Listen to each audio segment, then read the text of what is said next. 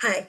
Okay, so if you missed today, so that you can see like where we're at in the notes, here's your information about the third estate,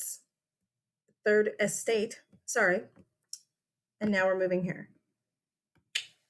Okay. Okay. So there's a problem. There's a lot of problems. But one of the big problems that Louis XVI, the King of France, has is debt, right? He has to have more money. Partially because some of the countries that he owes money to are starting to go, hello, where's our money? You haven't paid us. Yeah, that's a problem. Oh, I'm sorry, Sophie. So he really needs the nobility to pay taxes. You can't ask for more taxes when you're already paying, well, when the people are already paying 50%. I mean, you can, but it's not even a situation of they're going to revolt. They can't pay more. The bourgeoisie probably could, but you don't want to tick them off. The peasants, though, and the city workers, they don't have it. They don't. Louis has to get the nobility to start paying. So he says, guys, sorry to tell you this, but you're going to have to pay taxes. And his nobles throw a fit. Louis does not have a strong personality like Louis the 14th did. Louis the 14th would have said, nobles, shut your mouth, you're paying taxes, or I'll kill you. That's it. But that's not Louis the 16th's personality. He's got a weak personality. So when he says, guys, listen, I really got to have more money and we're going to have to do taxes, his nobles go, no. And he's like, oh, that makes you unhappy? Okay, I'll figure something out. Well, here's his idea, okay? Let's vote on it. There is an estates general that was set up forever ago, okay? Under Philip II, King Philip II, I believe, or was it Philip I? It's one of the Philips in the medieval period. Doesn't really matter, but the estates general is what's the word? Representatives from all three estates. Yes, all three. Even the third estate. They vote on things. Okay, the Estates General hasn't really been used much in French history. That probably doesn't really surprise you since we have absolute rulers. An absolute ruler isn't going to let people vote on things. Okay? But the king calls for a vote by the Estates General. And here's how it's going to work. Okay? We're going to talk about taxes. And here's what's up on the docket. Should nobles pay taxes? That's it. Here's how the voting works. The clergy, now this is just kind of an example, okay? But you have one member of the first estate who gets one vote. You have one member of the second estate who gets one vote.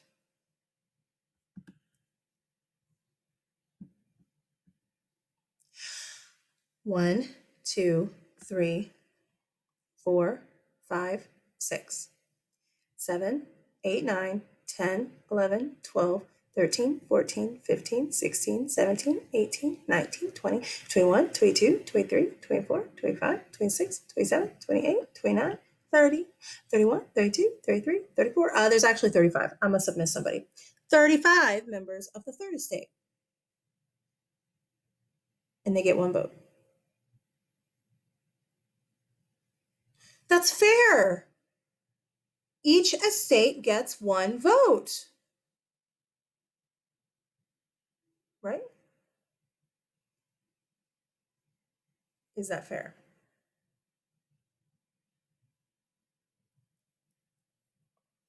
Not really. Guys, the third estate knows that no matter what they vote for, they will be outvoted. Always. Why? The first and second estates are always going to vote together. Always. You're not going to have the first estate vote against the nobility and vice versa. And it's easy to think, well, but the clergy pays taxes, so wouldn't they want the nobles to pay taxes too? The clergy doesn't pay taxes with their own money. It's your money, so do they give a rip? No. They're always going to vote together. And the third estate knows that. And the third estate is like, okay, we want the nobility to pay taxes. King, you want the nobility to pay taxes. So we have an idea. Let's change how this is worked up. Let's do clergy 1 vote, nobility 1 vote, bourgeoisie 1 vote, city workers 1 vote, peasants 1 vote. Is that a little bit more fair? Yes. But see, in that situation, you have a swing the other direction. Because the bourgeoisie, the city workers, and the peasants are probably always going to vote together too. And probably the city workers and the peasants are going to look at the bourgeoisie and say, so who do we vote for? They're not educated enough to know what's really going on in politics. So really, the bourgeoisie gets 3 votes. This system is not fair. It's not fair. However you do it, either way, it's not fair. And when it's time for the estate's general meeting, the third estate who's there to vote gets locked out. Why? I don't know. We talked about it in my French Revolution class in college, and I don't remember, and I've just never had the whatever to look it up. The third estate gets locked out. Okay. That's mature. But they get locked out, and it starts raining, and there's like this crazy storm. So like the members of the third estate run into that. A tennis court. Okay, look, I know. Y'all are like, that ain't no tennis court. Tennis courts aren't always outside. What? Obviously, this is an indoor tennis court. They run to a tennis court. Okay, look, like you're seeing the storm way up here, like shoo, the whatever those are. Yeah, and like there's people way up here. I don't know, just go with this. This is a painting of something that occurred called the tennis court oath. When you take an oath, you make a promise to do something. Yeah? Well, the third estate gets together with some members of the other estates. There's a clergyman right there, right in front of you, church guy. Were there some nobles? I don't know, maybe. Okay. But the third estate gets together with people and they say, we are sick to death of the nobles and the king oppressing us. We're tired of it. We're tired of the unfair voting system. Yeah, we're going to let you guys vote, but it doesn't really count. Seriously, we're not stupid. So they say, Montesquieu's right. We need a constitution. Because if there's a constitution, then the king and the nobility can't do whatever they want, whenever they want. The tennis court oath is when the third estate gets together and they vow that the bourgeoisie is going to write a constitution. And then they're going to pull a King John. They're going to shove it in front of Louis XVI and they're going to point swords at him and say, sign it. And he's weak. He's going to be like, okay, I'll sign it, because he's going to be afraid. They got this. Yeah? Just a problem. We as human beings have a notoriously bad whatever with keeping secrets. How do you do with keeping secrets? Somebody looks at me and says, "Oh, can you keep a secret? I gotta tell you something." Sure, but can I tell my mom? That's me, okay? Um, yeah, we don't typically do that very well. Just look at the school hallways. We don't do that well. Third estate members are talking, and people hear it. Somehow the news gets to Louis the 16th. Louis the 16th says, "Yeah, guys." Here we go. Tennis court oath. Louis the 16th says, "Don't make me arrest you guys for treason." People are scared.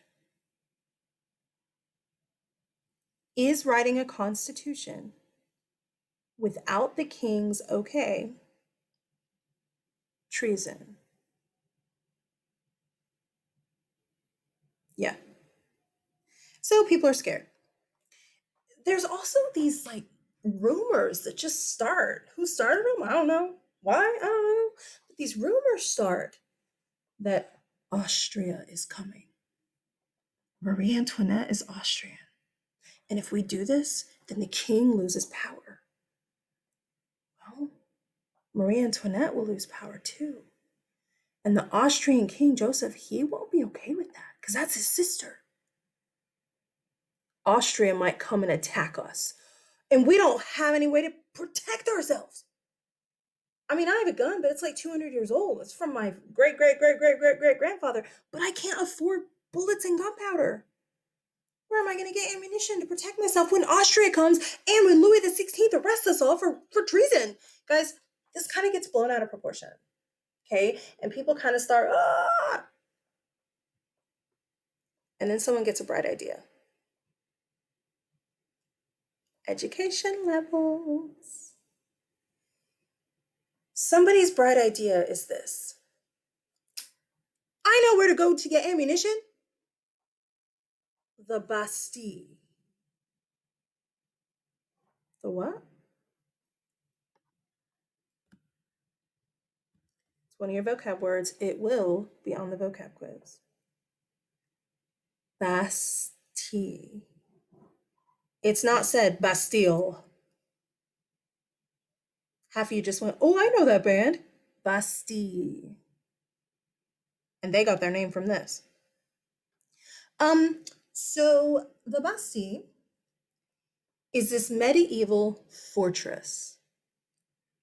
We don't have any pictures of it because it's gone. But this right here is a picture of what it might have looked like based on descriptions and stuff, okay? And the time period. This right here is the Bastille. During the medieval period, it was a fortress. It was a castle, basically, okay?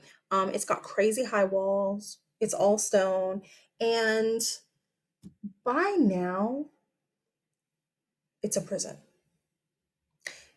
It's one of the prisons. Do you remember Voltaire had to sit in for a little while? The Bastille is like the Alcatraz of France back then. It was the worst of the worst. It's where the most hardened criminals went. It's bad. Now, I will tell you at this time, where we're at, 1789, there's only 7 prisoners there. Only 7. But they did keep their ammunition reserves in the Bastille. I mean, it's a fortress. Nobody can get in. Prisoners can't get out of a fortress, right? All this ammo is totally safe. Yeah, you should detect sarcasm. Some peasant gets the idea. Let's go to the Bastille. They have ammo. We just go and we say, "Hey, look, we need some ammunition because Austria is coming and Louis is going to arrest us."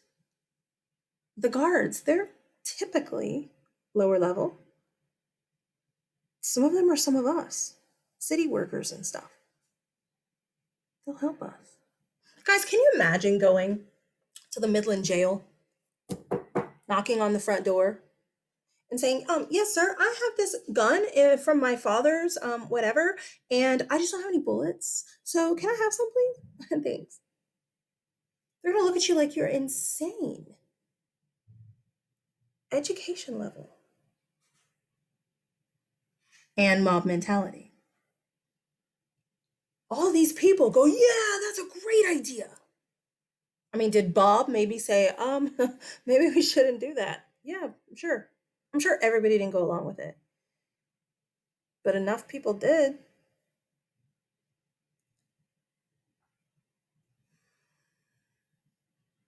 They go to the Bastille. They look up at the guards up here. They say, hey, can we borrow some ammo in case Austria comes to attack? Guards are like, why is Austria coming? Well, we don't know for sure, but just in case. Austria's not coming. Go home. Disperse. No, we need ammunition to protect ourselves. It's our right. Not in France. Disperse. No, you're going to give us ammunition. Disperse. And the guards up top shoot their muskets down. The accounts say that they shot kind of straight down in front of the peasants. Well, the peasants get ticked off. They're shooting at us! And they start running to storm the Bastille. Storming it means you're like attacking it. Okay? They're pushing on the big wooden door that's like rotted because it's like 500 plus years old. Actually, I don't know how old it was. I think the Bastille was it built in the 700s?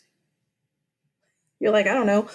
Anyway, I don't know how old it is, but the wood is kind of rotting, and so it's kind of ugh. And as they push on it, it just breaks, and they just flood in. And the next thing you know, it's like the guards fighting the peasants.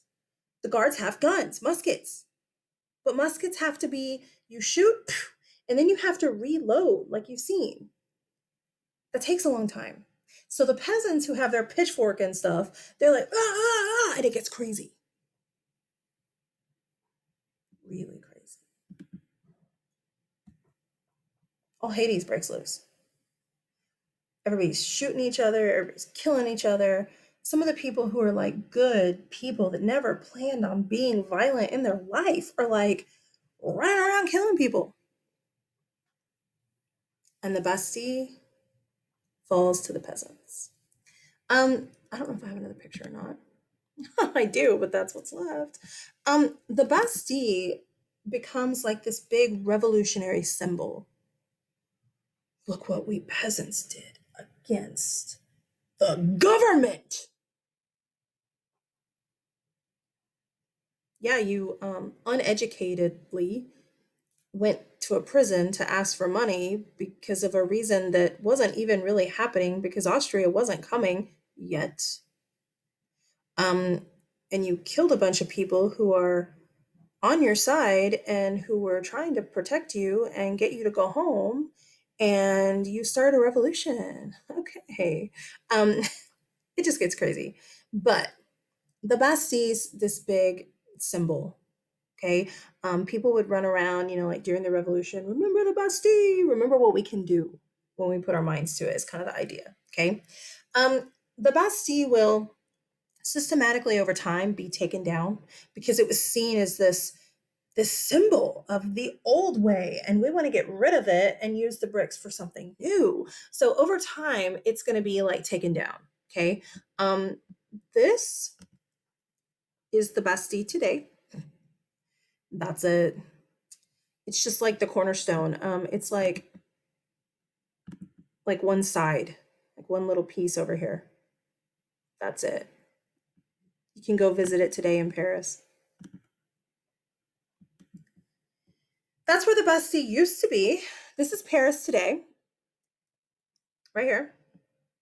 This big famous circle thing, you see it all the time, and that's where it used to be.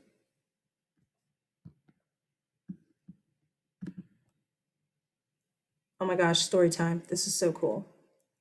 So, one of the times that I was on like a Washington trip, I've told you these stories before. Like, remember when I saw the Gutenberg Bible and we were on, it was the same trip. Um, we went here. This is George Washington's house. It's Mount Vernon. Yeah. All of us are like crammed in this area right here. Yeah. It's like, I don't know, 50, I don't know, 100, I don't know how many of us there were, but it was like all of these junior high and like ninth grade kids and then us chaperones. And we're like all crammed in here, right? And the person like leading the tour was up here telling us about this living room area or whatever that is at Mount Vernon. I'm looking around at stuff. I'm like, oh, cool. Because I'm standing like right here. Yeah. I'm looking in here and I'm looking around. Yeah. Looking at art because I do art.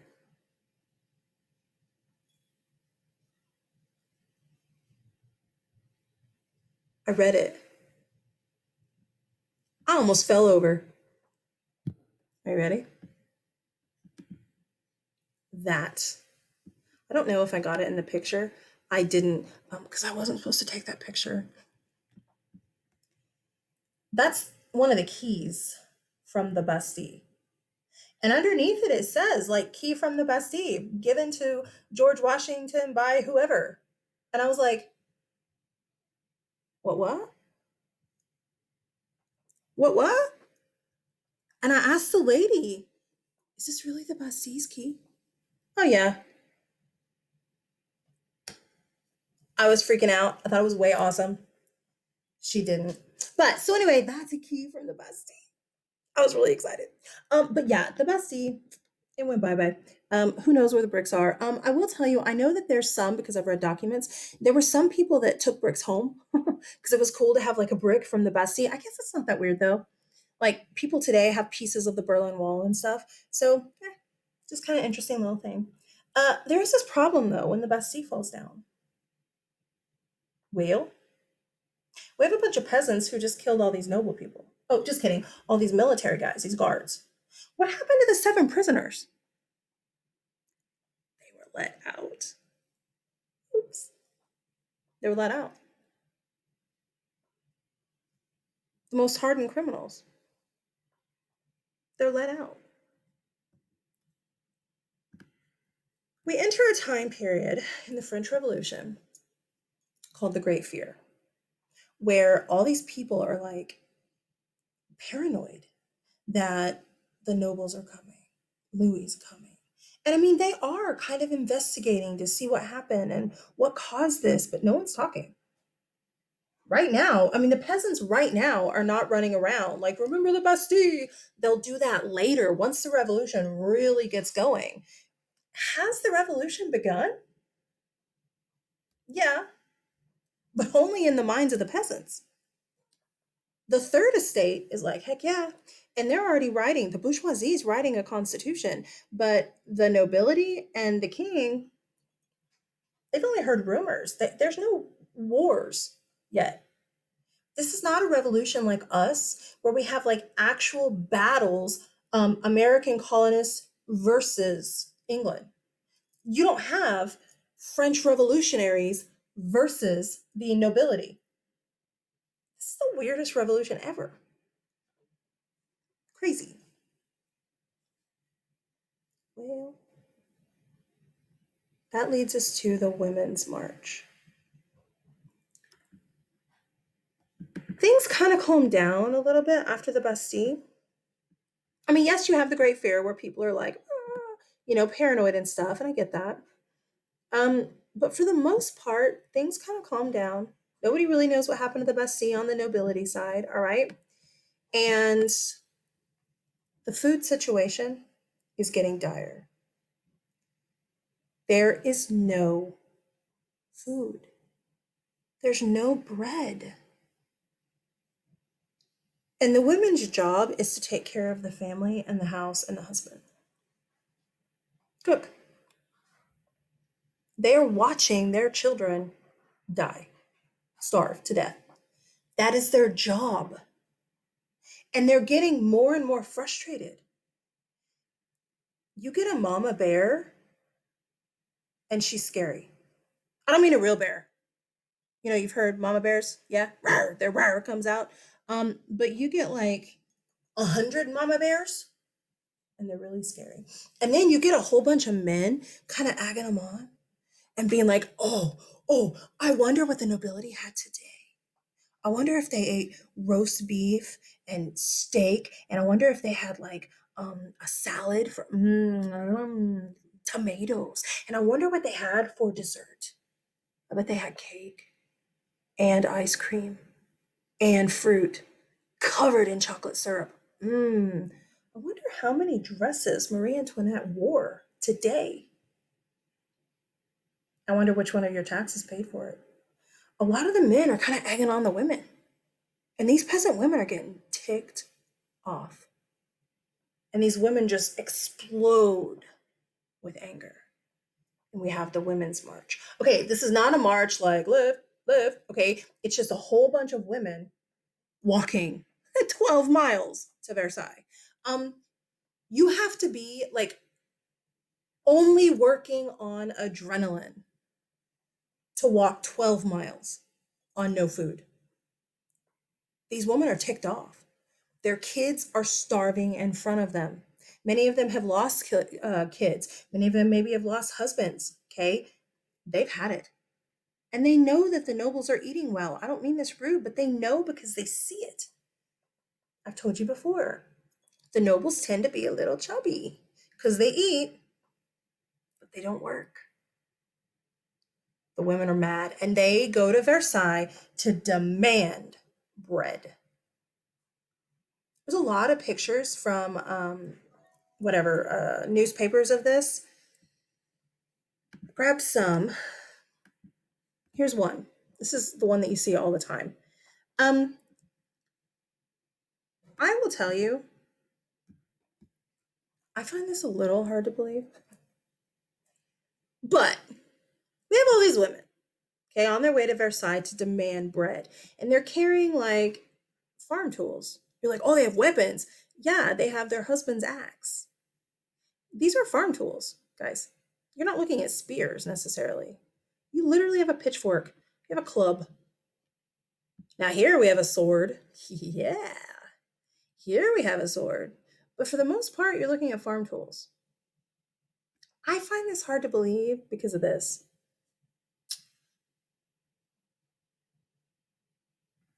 Did they pull a cannon 12 miles? I doubt it. I mean, it's possible.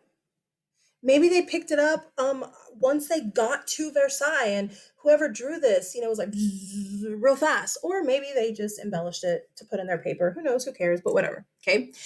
Here's another picture from the Women's March. Well, those don't look like women. No. Guys, the Women's March, there are a lot of men there. They really were egging on the women, riling them up. Boys, do you prefer to see two guys fight in the hallway or do you prefer to see a girl fight in the hallway? I don't even need you to answer because I already know the answer. They want to see their women fight. And they do. Those are musketeer heads, probably. Could be just, Bob the Noble, but musketeer heads. They go demanding bread. And the musketeers, bless their hearts, stop, you cannot come forward. You need to go home. King Louis is having his feast for the day. Yeah, but we demand bread. Ma'am, you need to buy bread from the bakery or the market. The women they just lose it. Sweet, sweet, lovely women. Ah! Their mama bear comes out and they start killing people. And it gets all kinds of crazy. Here's another picture. Oh, I'll show you this one in a minute. Well, you can look at it all you want, but this is actually kind of after the Women's March. What ends up happening, okay, is eventually the nobles and Louis and all them hear all the chaos outside, and Louis comes out like on the balcony. Marie Antoinette does too, and he's like, "What's going on? What do you guys want?" Well, the women are kind of like, "Oh, you talk to him." And some of the upper level, like bourgeois members, okay, who are there, some of the men are like, "Well, King, here's what we want. These ladies want food. You're going to give it to them.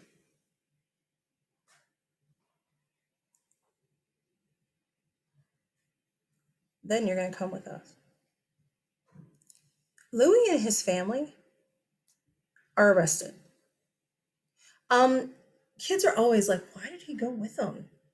So they didn't die?" You have a mob of people who killed your musketeers. That's your guard. They're running around with their heads on sticks. They're about to get into Versailles and kill all of you. The nobles, man, they went out the back way. They went and jumped on their horses and they're getting out of there. And Louis is like, "Okay, I have kids." He and Marie had three or four kids. I can't remember, but three or four. And he's like, "Okay, I don't want anybody else to die." So he goes with them. The royal family is going to be basically under house arrest in Paris. They're taken to Paris and basically they live, I mean, it's not like they're put in a cell, okay? They're still the king and queen. Even at this point, people aren't, "Kill the king." They're not yet. They will, but they aren't yet, okay? After the king and queen are arrested, that's what this is. You will start seeing looting of Versailles. I'm about to sneeze. Sorry. You're going to start seeing looting of Versailles. The peasants are going to start making their way in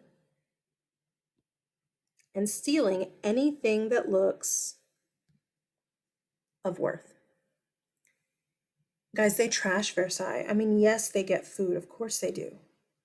But they also take, the gold plated chairs.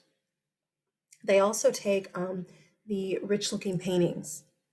They go into the nobles' chambers and they take the nobles' jewelry and money. Guys, when the nobles left, they didn't go to their bedroom first to get their phone. They didn't go to their bedroom first to get their jewelry. They jumped on their horse and they left. Okay? They just got out of there. So where's all their wealth? Well, now it's with the third estate.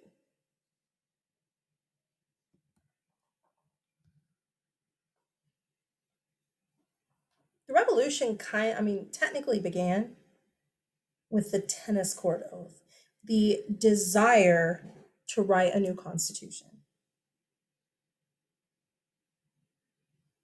But what battles have we fought? Okay, the Bastille, but again, did Louis XVI even know that that was like a revolutionary battle?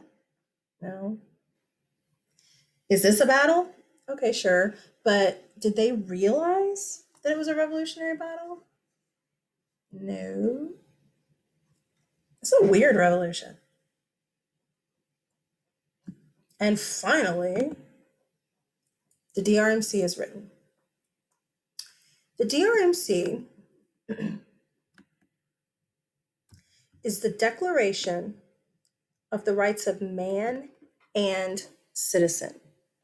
D.R.M.C.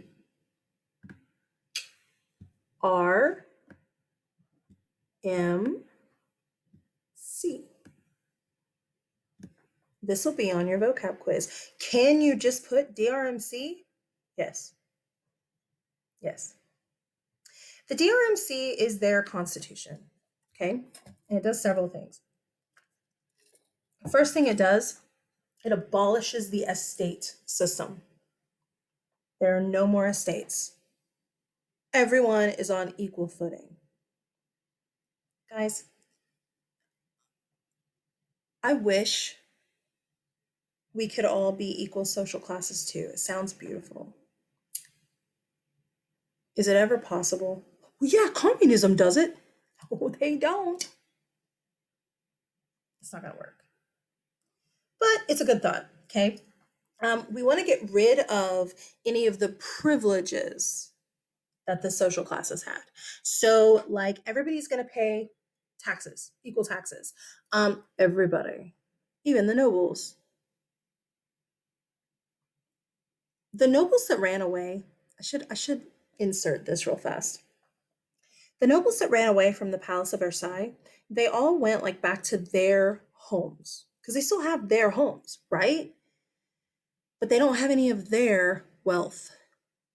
And whenever news started spreading that this was happening, a lot of the peasants who worked on their land destroyed their homes too and took their stuff from their homes. So the nobles are going back to their homes, but there's no wealth there.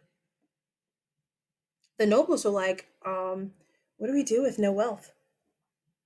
What do we do with no money? How do we eat? The third estate's like, yeah,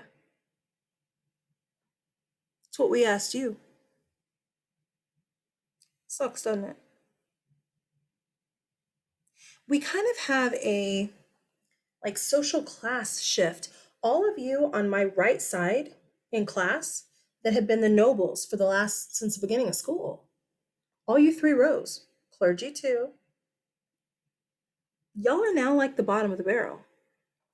And the bourgeoisie that sit kind of right here from me, the middle class, y'all are the new nobility. Okay? Y'all that sit on the left hand side of me, y'all are the new middle class.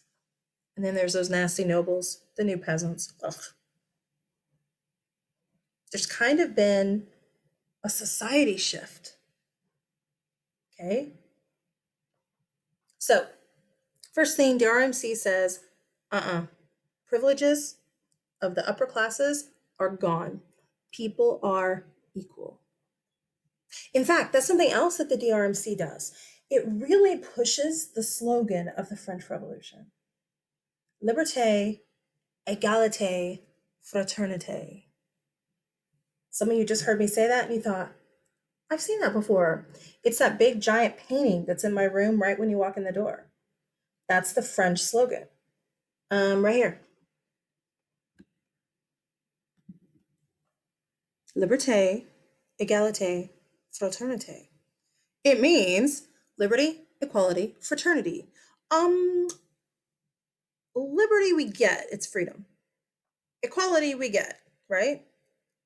What is fraternity? It's that place you go when you're in college. It means brotherhood. The revolutionaries are all one big brotherhood. Supposedly. All right, the D.R.M.C also pushes for, as you see, natural rights there. Okay. The rights, life, liberty, property, pursuit of happiness, the freedoms of Voltaire, freedom of speech, religion, press. In all honesty, they use some of our American documents to kind of help them. They don't copy. It's not an exact copy, but they kind of help them. Okay. The what's it called? Government. The government is laid out in explanation form, kind of like England did in the English Bill of Rights. So, like, everybody knows that now they are no longer, hold on, here we go. They are no longer an absolute monarchy where the king can do whatever he wants. They are a limited constitutional monarchy, just like England. They have two branches. They have the king, the executive branch, and then they have the legislative branch. But it's not called parliament in this case. It's called the legislative assembly. But it's parliament. It's Congress. Same idea. Okay? It works the same way too. The King of France, Louis, guys, he's still king. They didn't throw him out.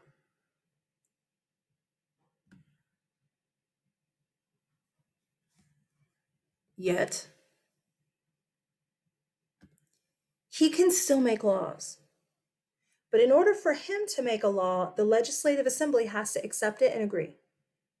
Just like England, if the Legislative Assembly wants to pass a law, they don't have to have the King's okay. So the Legislative Assembly, just like Parliament in England, actually has more power than the King. Okay? They also do something interesting with the Catholic Church. France is incredibly Catholic, and they saw the Catholic Church as part of the problem because the first estate was the clergy. The Catholic Church's land is sold. Guys, that's church land. We are so lucky that we have medieval buildings still, churches still in France, because a lot of them were sold to revolutionaries. A lot of them were sold to people who in the past could never have gotten land. And a lot of those churches were destroyed. The bricks were taken to build houses or whatever. We're lucky we have things like Notre Dame still. Yes, I said it right.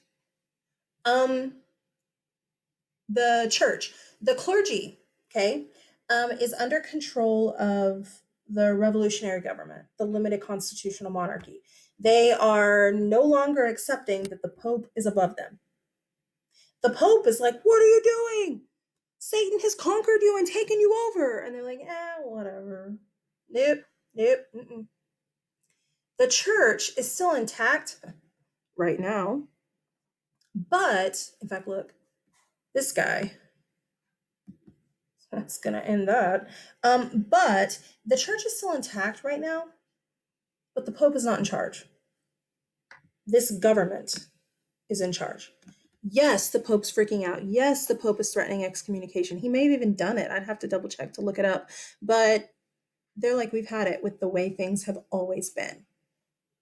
There are godly people in England and they're all Anglican. There are godly people in North Germany's and they're all Lutheran. So we're still Catholic. One of the big deal things, in fact, I need to add it. Sorry. One of the big deal things that matters for what's coming soon is this right here. The D.R.M.C. Oh, wait, hold on. Okay, I thought I saw it, but I didn't. One of the things that it does with this word right here, equality, is it makes women and slaves equal to men for like 2 seconds. Slaves,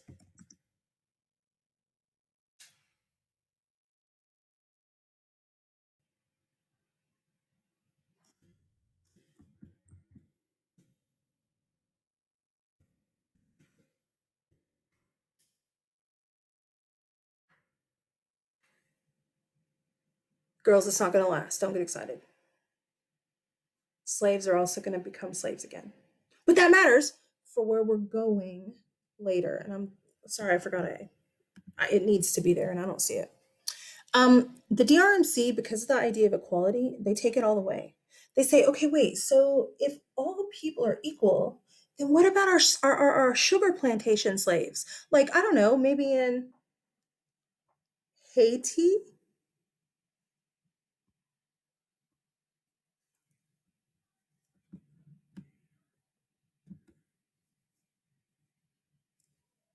We should free all those people. They will be freed for about 2 seconds. Okay. I think it's about 10 years. Then they're rounded back up. Women are considered equal to men. Then that ends. Now, one of the things, oh my gosh, there's stuff in here that I've left out. I wonder if I got rid of it because I was worried that it was going to take me too long. I have to. Sorry. One of the things that happens as a result of the D.R.M.C is the creation of this group of people called the Sans culotte. That word that I just added in, it's not sans, culottes. You just barely touch the N and the S is silent. Son. You'll hear people use the word sans in English. They'll say, I don't know, this is tea sans lemon. It means tea without. The word without, I'm sorry, the word sans, sans in this situation means without. And this word right here, culottes, or in French, culotte. You just barely tap the T. Culotte. This son, culottes.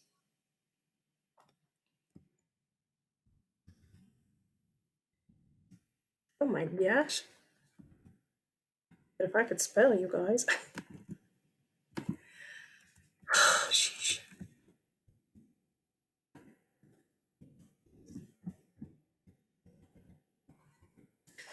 The word sans culotte means those without knee breeches.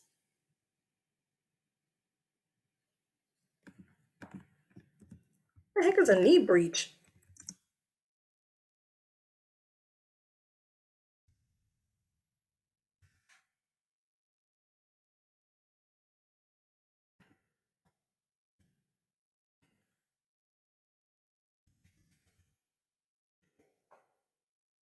The sans culotte don't really like the D.R.M.C. They want more. More like what? More like peasants to be in control of France, not bourgeoisie. More like, ugh, we saw the king. Gross. He should be gone. Huh. Those without knee breeches, the sans culotte. Um, if we go back and look at our pictures here,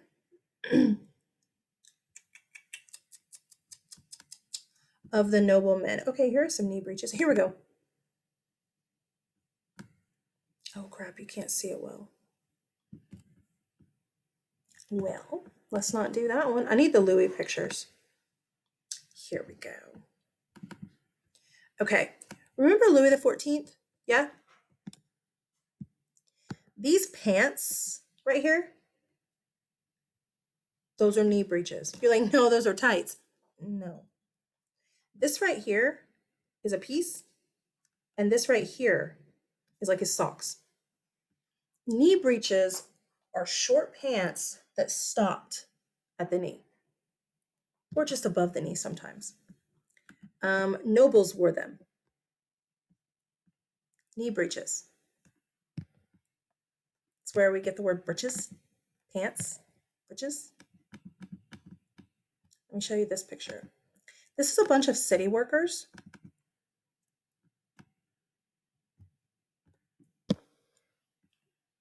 These are knee breeches. Okay. This guy is sans knee breeches, sans culotte. He doesn't have knee breeches. What's going to end up happening is now that the nobles are like gone, okay, I mean, they're still there. They don't have their wealth. And so it's not cool to look like a noble person anymore. It's cool to look like a peasant. You don't want to wear knee breeches. That was a symbol of a noble male. You want to wear full pants. The sans-culottes are going to turn into the more radicals of the revolution. Okay? And it is now that we're going to start getting people saying, hey, why don't we just kill the king? Why don't we just get rid of that and create like this weird government that America did where peasants actually have a say? Because we don't really have a say because the bourgeoisie is really controlling everything. This is a sans-culotte member. Okay? Red is going to become one of the French Revolution colors. White is going to become a French Revolution color. And blue is going to become a French Revolution color. Look at his pants. Now, to us, they're high waters. I know. I get it. But they aren't knee breeches that stop here. Okay? This is your typical revolutionary. Here's some more sans culotte. The hats, that's a revolutionary style hat. You're going to see them in other pictures too.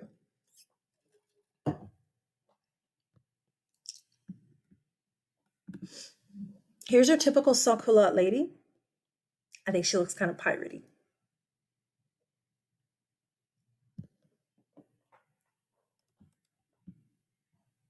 And I think what's next is one of my favorite pictures ever. I can't move it. Why does this happen? Isn't that weird, you guys? That my arrows just leave? They just go. Oh, sheesh. I love this picture. Are you ready? Can you handle this? It's amazing. By the way, let me kind of preface it with this. Guys, it's a political cartoon. It's supposed to be a joke. The sans-culottes aren't doing this. Okay?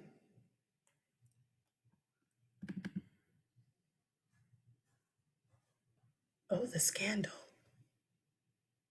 I love this picture. Okay, let's do some analyzation. Yeah? These are supposed to be a bunch of sans-culottes. How do I know? Well,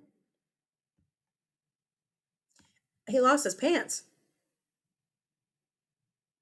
Guys, they wore pants. Okay? They have no pants in this picture. Little boy down here, no pants, showing the person looking at this that these are the sans-culottes. The idea is this is how the nobles see you. This is how you're looked at, sans-culotte. It's just to rile them up and make them mad. But look at him. Gross, man. What is he eating? What is she biting on? Looks like she's about to eat her friend's arm, and her friend's eating a heart. And this guy over here is eating a. And this guy right here, that's his ear, that's his eye. What? Guys, they didn't eat the nobles. Okay? It's supposed to be a joke. It's a political cartoon showing the craziness that's happening. As we go down, we can tell he's a member of the sans-culotte. He doesn't have any pants. We have a dead woman here. She's supposed to be nobility. She has blood all here. Okay? And they're just sitting on him. Right here, we have another member of the nobility. Maybe that's him right there, his head. He's already lost his foot. Somebody already ate it. As we come this way, we see a whole bunch of gold and stuff that was stolen. And these kids, I love these kids. I don't know what they're eating. Oh, but they're so cute. They look like little pig kids.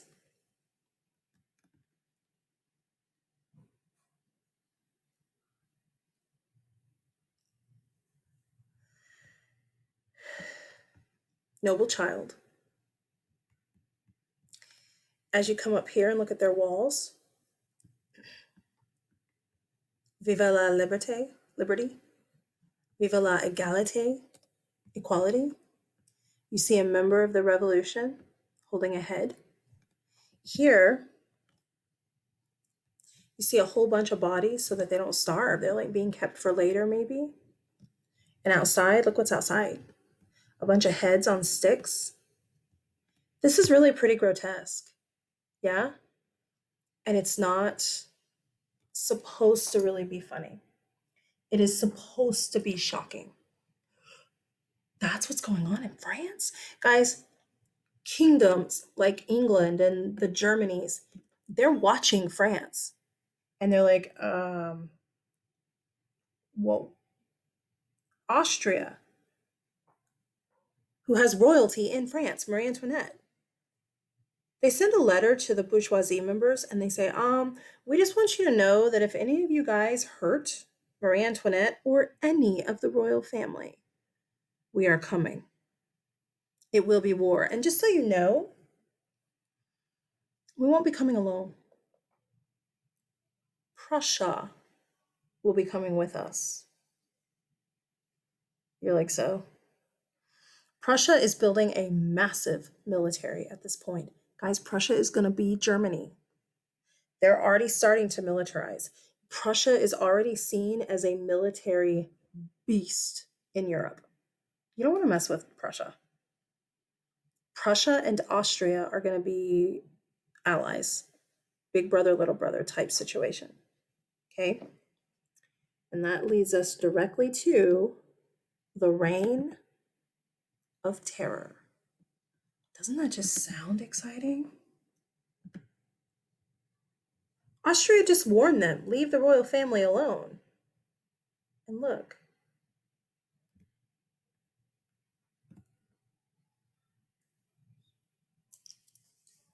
All right, that's where we will start. Bye, guys.